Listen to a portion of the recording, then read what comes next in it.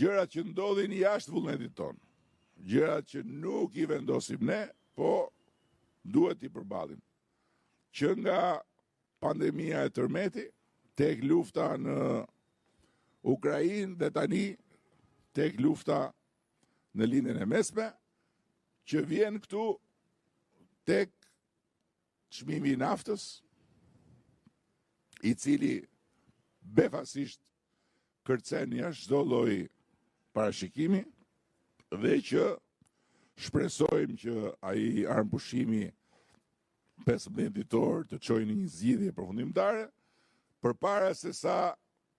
ai çmimi i naftës, simptoma e parë, të shfaqet pastaj edhe tek çmimet e ushqimeve. Dhe nëse do shfaqet çmimet e ushqimeve dhe do të jetë diçka me cilën ne duhet përballemi, sigurisht që ne gjëja e parë që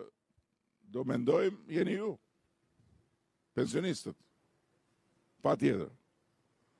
Të tjerët vinë mbrapa.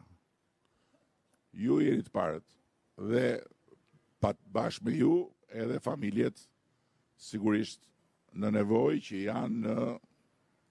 mbështetjen në mbrojtjen ekonomike të qeverisë, për të cilat jemi duke përgatitur dhe një skemë të re të bazuar tek një kartë e shpenzimeve të familjare në bazë të shportës, në mënyrë që ato lek që ata marrin nga taksat e shqiptarëve të shkojnë për familjen, për fëmijët e tyre dhe asnjë lek të mos përfundojë në pijetore apo të mos shkojnë në bixhos. Dhe kjo është e rëndësishme. Por ndërkohë, duke bërë këtë, ato lek të cilat përmes kartës do të mund të shpenzohen me artikujt bazë në çdo lloj dyqani, në çdo lloj pike ku blihen ushqime, të jenë të gjitha me TVSH, në mënyrë që ajo TVSH-ja që sot në shumë raste merret mënjan nga shitësi të shkoj prapë në buxhet dhe nga ai buxhet